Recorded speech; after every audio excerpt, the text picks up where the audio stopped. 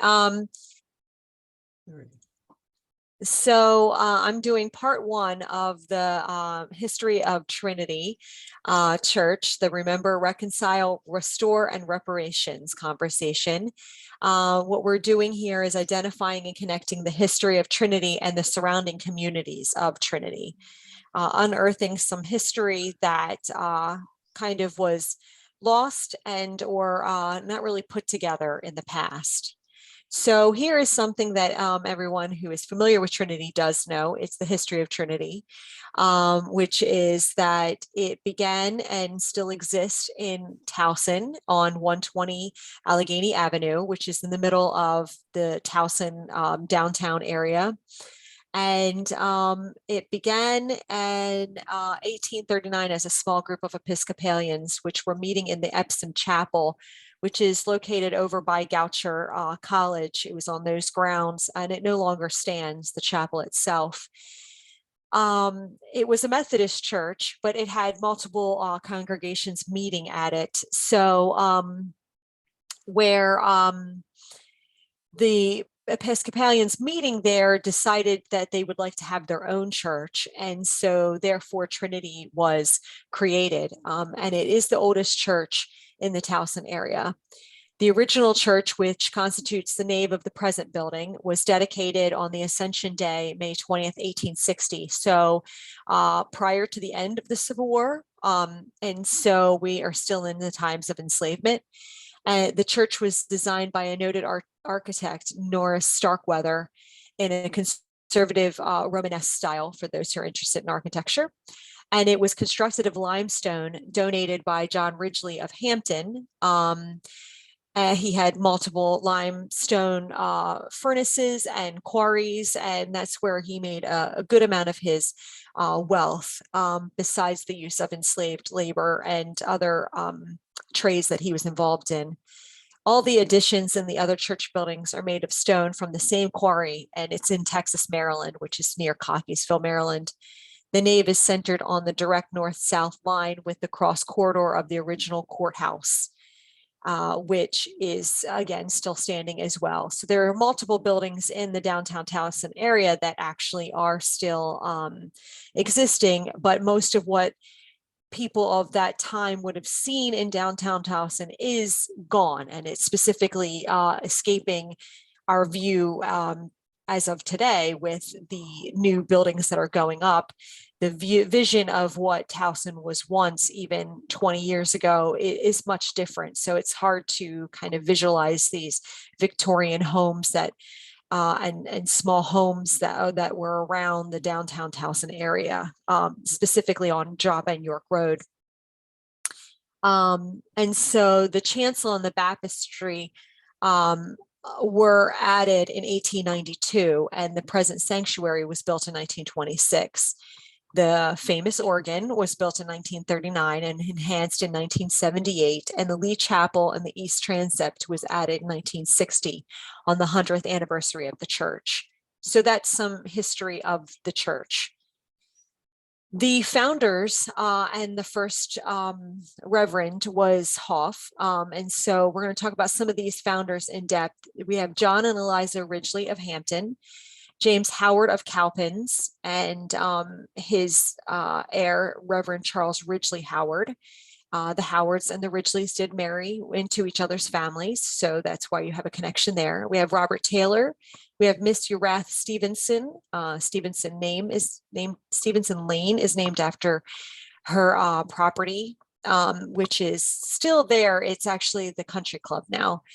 Mrs. Henry Turnbull, Mrs. Mary Sheely, Reverend John Francis Hoff. So they are the founders.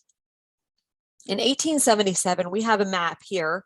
And what I did was I highlighted all of the people who were actually members of Trinity Church. And so here you see Trinity Episcopal Church is right here. Here's the courthouse. So it shows how it's inlined. And then everyone who is in yellow is a member of Trinity at this time.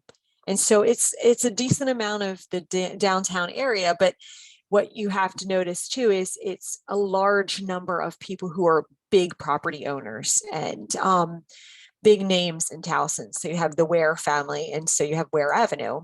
And so you're going to see that this, and here's where Epsom was once located. And so what you're seeing here is the powerhouse of Towson. And at this point, Towson was the county seat. It began to be the county seat in 1851. And so here are the power players for all of Baltimore County. Excuse me. So here are the family names in the registry from 1860 to 1882. Again, you'll see some of those names that I already pointed out, but there are other names here that are also pretty well known in the Towson area. McIntosh is a pretty well-known name. You have Ridgely, you have Yelitz is a big name in Towson. And so these names consistently come up further along in this program, but also in the development and the maintenance of power in Towson. And so it was a big deal that all of them were actually members of Trinity. So many names, like I just said, were from there, but the registry surprisingly included African-American names, which is what we were surprised about because that had not shown up in the history in the past. And so there was one African-American, which later in the series we talk about, who had been discussed in some of the histories. But it was known that African-Americans came to the church for a Sunday school that was directed specifically for them prior to the churches, the African-American churches around the community being developed. But a lot of the names were not known, and now we have those, and we're able to share them with the Hampton National Park, and they were able to add something to their own histories there, but also help us. And so we could see the big connection between the members of the church at that time and the enslaved that were once at Hampton. So here we have the African Americans at Trinity. We have baptisms that took place. And so I have a number of them you can see that we're located at Hampton. And so as we get to discuss them more in detail, we'll see the connections between Hampton, we'll see the connections between the houses in downtown Towson and the families of Trinity. So as we go further, we have Nancy Rebecca Posey. She was baptized at Trinity on August 10th in 1865, and her parents were Mark Posey, who was a head waiter, and Louisa Nee Humphreys, both of which were once enslaved at Ridgely, at Hampton, with the Ridgeleys, and later married, and Nancy was their descendant. Louisa was Mark's second wife, and so Mark had actually already had been married and had other children. And so this is his second family after his first wife passed. And when they were married in 1860, they had Edward in 1861, married Jay in 1863, and then Nancy in 1865. Louisa's parents were Edward, and he was purchased in 1841 from the estate of James Hawkins in Frederick County and Baltimore County, and Peggy Humphreys, who was enslaved at Hampton. And so in 1860, we see here that Mark is a hotel waiter. We have Louisa, half his age, Edward, Mary, and Nancy, and then Mary Howard, Joshua Howard, Edward Humphreys, who is Peggy Humphreys. These are Louisa's parents who are living with them down in Towson. Son Mark John Posey was also baptized at Trinity on 1/21/1871, but no other records exist. So that suggests that he most likely died when he was young. We have Eliza Jane Brown, and according to Hampton's records, Eliza's parents may be Ambrose Brown, who was enslaved at Hampton, and Amanda Wells, who was enslaved until 1864. Ambrose Brown's first wife, Polly Batty, died in 1850s. Ambrose is the father of the Hampton nanny, Nancy Brown Davis, and she's quite known, especially if you go to Hampton, there are many placards that discuss her and her life with the children there. And she's actually buried inside the Ridgely. She's the only African American buried inside the Ridgely Cemetery on the grounds, which you can actually visit and see her grave. Ambrose was 60 when he married Amanda 30 in 1865. Eliza appears in Trinity's records again in June of 1888 when she married Nicholas Williams in the rectory. They are not found in the census after this time. Nicholas Williams is married to another person by 1900. And so it could be that Eliza was already passed. Her mother in 1870 worked for the Nelson Cooper family. He was an overseer at Hampton, and he was actually a member of he and his family were members of Trinity. And in 1880, she worked for John T. Enzer family, which is a well-known family in Towson as well. We have Mary Ellen Brown. She was born March 15th, 1874 to Thomas and Caroline Davis Brown. And she was baptized by Reverend Hoff on November 13th, 1874. Her parents were married at Trinity on September 30th, 1865. Her father was the head waiter at Hampton post-Civil War, and her mother was the dairymaid and sister-in-law to Nancy Davis, who we just spoke about. If you go to Hampton, you will see pictures of Thomas in the dining room in his uniform. And Thomas was the first cousin of Nancy Brown Davis, and this family has been widely researched by the Hampton historians.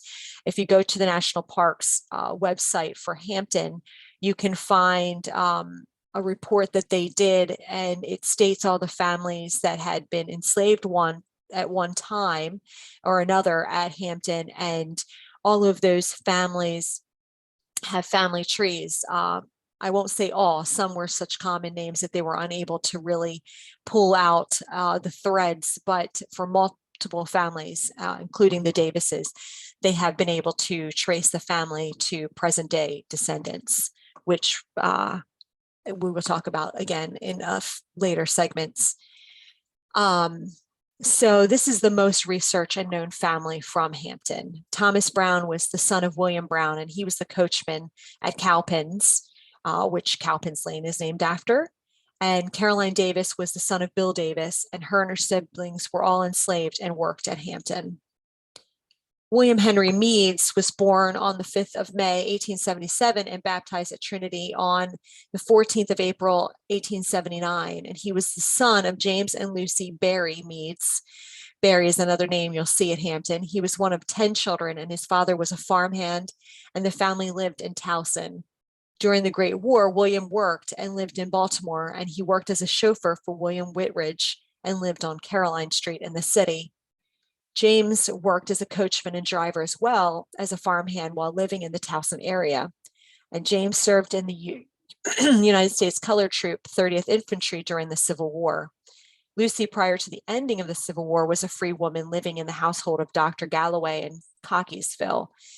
And she was 16 and was working as a cook for the family. Dr. Galloway, as you probably may have heard that name, there's Galloway Avenue, which leads to the almshouse. And he was the once owner of that land, but also the first caretaker of the almshouse.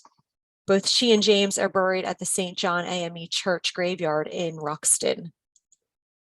James William Garfield and Nellie Jones. James was baptized on the 1st of February, 1881 by Reverend Hoff, and his parents were John H. and Margaret Jones. And on March 8th, 1886, they gave birth to Nellie Jones, and she was baptized in Sandy Bottom by Reverend Powers on the 19th of December, 1886. And living in Sandy Bottom as housemates with the Johnsons, who we will see soon.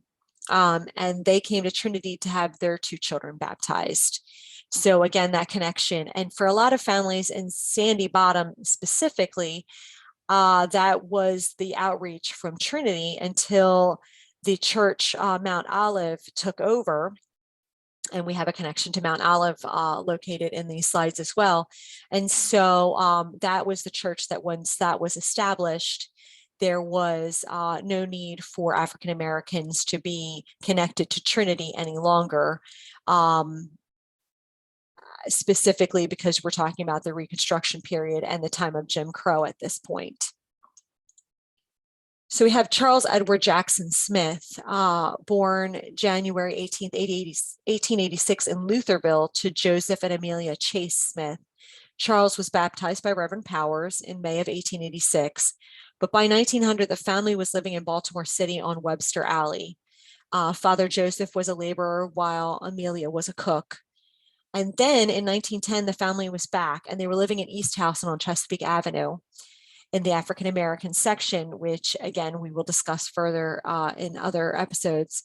Their father Joseph was dead and their mother was working as a washerwoman for a private family. Charles was working as a hostler at a livery stable. And Amelia Chase Smith was born free to a family living in Baltimore. Her father William was a porter and her mother Eliza owned property in Towson in 1880 plus as a widow with children.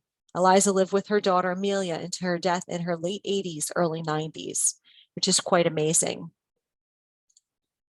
Emma Louise Matthews was born in Sandy Bottom in October of 1887 to Benjamin and Margaret Matthews and was baptized by Reverend Powers in November of 1888. Her father Benjamin was born in December of 1832 and was married to her mother Margaret, who was born in August of 1850. In 1870, they were married. They had 10 children and lived in Sandy Bottom. The father was a day laborer and her siblings took jobs as laundresses, coachmen, and domestic servants within the area, which was very common for African Americans at that time. And that is how the connection between Sandy Bottom and East Towson, the Hampton ex-enslaved, and the rest of Towson. So whether or not people who had once enslaved people, those same people who were once enslaved and now freed worked in the homes of other people who may not have had enslaved people, but within that one generation had them in their homes. So that connection is still there. And most of the people who came from that location of Sandy Bottom and East Towson were from the Hampton Plantation. And that is how both of those communities were formed. East Towson still exists today and is still home to descendants of people once enslaved at Hampton. Sandy Bottom is the only thing that's left there now is the Mount Olive Church and the Pleasant Rest Cemetery. Everything else is gone from that area. Emma Mack was a widow and a mother of two in 1910. And so that's who Emma becomes Emma Mack. She worked as a laundress and lived with her parents.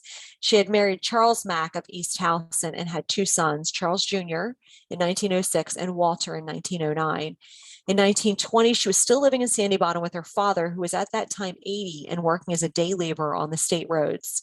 She was a cook and had married into the Pinckney family and was widowed yet again. Her sons were attending school.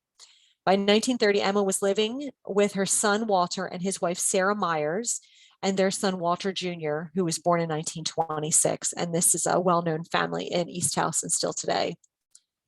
Grace Mildred Cromwell was born April 15th, 1908 or 1909. Because she was baptized in 1908, I'm going to say it's 1908, but her gravestone says 1909. So to give reverence to her family. And she was baptized by Reverend Powers. Her mother was Edith Cromwell, and she brought her to be baptized, and it was witnessed by Catherine McLean. Her mother, at the time of her birth, was 24 and was working and living in the home of Dr. J. Royston Green on Allegheny Avenue, who was a well-known doctor of the area. By 1920, Edith was married to Harry Hill. He was born in 1863, and they were living in Towson on Church Avenue. They also recently gave birth to a daughter named Catherine. By 1930, Edith had passed, and Harry was living with the two daughters, Catherine and Susanna W. Grace is no longer living with her family, but she lived until the 9th of December, 1992, and was buried in Pleasant Rest Cemetery in Sandy Bottom. And so for questions and discussions, because after this we talk about weddings and what have you. Again, I think the important thing for us to remember is that many of these families who came through Trinity did so because of Hampton, did so because of the Ridgeleys. The Ridgeleys, if you read some of the placards there or talk to any of the park rangers, will tell you that they were very religious and obviously very involved in the Episcopalian Church, and added services, and whether that be Sunday services or funeral services or weddings, they did take place at Trinity once Trinity was formed, but prior to that it was on their property. And so outside, I think, of the coach house, they talk about having weddings for the enslaved at the coach house. We do know that there at one time was a cemetery at Hampton for enslaved, but that has not been marked. And so therefore it's not known where it is. There's some guesstimations. And of course, Trinity, not Trinity, Hampton had thousands of acres and it's now been reduced to a couple hundred, and 695 goes through there. So there's good chances that when some of this land was developed, some bodies could have been unearthed, and we don't know that.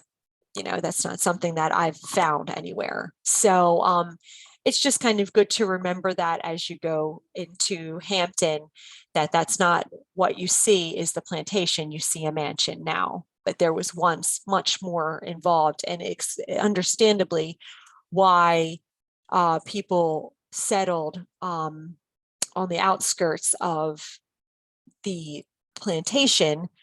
At that time, Sandy Bottom and downtown Towson and East Towson were on the edges of the plantation. It doesn't look like that now because you have 695 and York Road and et cetera that go through, and it seems very disconnected, but it was not disconnected for a long time. It was not disconnected. It is. I think it's remarkable that we're able to reflect that, even looking back at that plaque, the plaque, plat of lands of downtown Towson, that we have the courthouse and we have Trinity, and everything else is private houses, and how different that is from what we see today. I mean, like, we're still in line with the courthouse, but we can't see it from our windows. Right. And that would not have been the case then.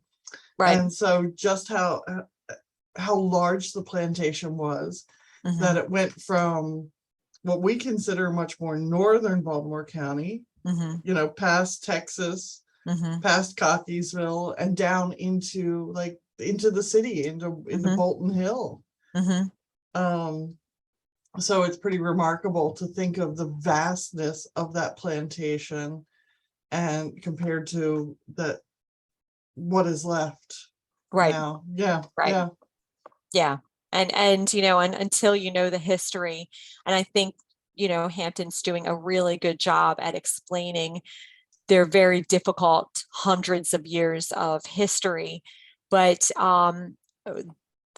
the difficulty that they cannot address is that vastness. They're not able to remove all of these homes and the highway to show you how vast it is, and so you have to, and especially for kids and people who need concrete vision, you really do have to do some of this research and looking at maps and overlaying that on a map of today, and seeing that difference to understand, okay, wow, this was huge, and therefore it required a lot of people, and a lot of people for multiple generations, and you have to question, where are those people now? Because the Ridgely answer is answered at Hampton, but the people are not, and there are answers out there, and more answers are coming. So I just, for me, this length of history is so amazing. And I started here at Trinity a little over a year ago. And when I first met you and learned about this project to kind of look at our history, I was told the question that was in the minds of the vestry, at least, was Trinity built by slaves? Right. And so we know now, again, through Hampton and how we know that the stone that built the church was quarried, Mhm. that we know that the stone was quarried by slaves, because of where it came from. Right. And so when we look at those people who had been enslaved, who provided this labor to build our building. Mhm. Now, I think we don't know still whether the workers. Right. It's really difficult because, I do know that there were skilled laborers, that were at Hampton, that there were skilled enslaved laborers. But it's not something that's notated when it's talking about the building of the building. Right. You It's not know, like it somebody left a note saying, oh, and right, part of the pledge from the Ridgely family was that, exactly. yeah. So that is an interesting thing to know what we know and to Right, know what we don't know. right. Yeah. That sounded pretty stupid. I'm sorry. No, I mean that's exactly the thing is that it's probably going to be an unknown, but it's also quite I mean, even if you're saying in an abstract way, yes, slavery built Trinity because it allowed the Hampton plantation to thrive, and therefore the Ridgeleys to thrive and to get money to come up with the idea of building a church and being Right. the ones who primarily funded it with loans and etc. And with the stone. And so whether or not, the the actual physical handling of stones for Trinity was done, we may never know that, but that's kind of almost a moot point because we know how Right. much it took to get to that point, you Right. know? And so often when it comes to building and you have builders and you have tradesmen, especially white tradesmen, there was a desire not to work alongside enslaved people because that was a challenge to their labor and their labor force. And so, not knowing what kind of contract they signed, they may have specifically signed a contract saying, I don't want that type of labor done here because Right. that puts their livelihoods in jeopardy. But again, we don't know if that was the case because we don't even know the specifics of the say paid white laborers. We know Right. the designer and maybe the contractor at this point. Right. So it's just it's a mindset. Mhm. It's not even that we can't see the landscape, which we can't, but we can't see the mindscape of that time either. Right. And what was important and what was written down is not necessarily what was important or would be important to us at this time. So Exactly. yay history. Right. Yeah. And I mean, I'm thankful that there are a lot of families in Baltimore County who had enslaved people, who did keep records, who did turn over records. And those records are very much missing some integral parts of their lives. Right. I am very grateful that Hampton has been, when they acquired, when the national park acquired that property and went through those records and have continued to do so, that they have been transparent and have opened the doors and minds of people, because it is very rare to have such a complete kind of like transcripts of lives Right. of a house, and it's the good, bad, and ugly, Right. and a lot of families, when they donated or went through their stuff, did so with the vision of, what do I want my descendants to be left with? Right. And it might not be, when you're donating things in 1940, you realize you're on the wrong side of history. And Right. so, so I'm grateful that we have at least this much, because then we can make those connections and put those dots together. Indeed, indeed. Well, I thank you for your work, Yeah, thank you. and as we continue to get to know our history and continue to get to know the connections that we have to not just Hampton, but the families of Towson. And as you said, Mhm. for in weeks to come, there shall be more. Right. Yep. More shall Thank be you. revealed. That's Okay. right. All right. Thank you.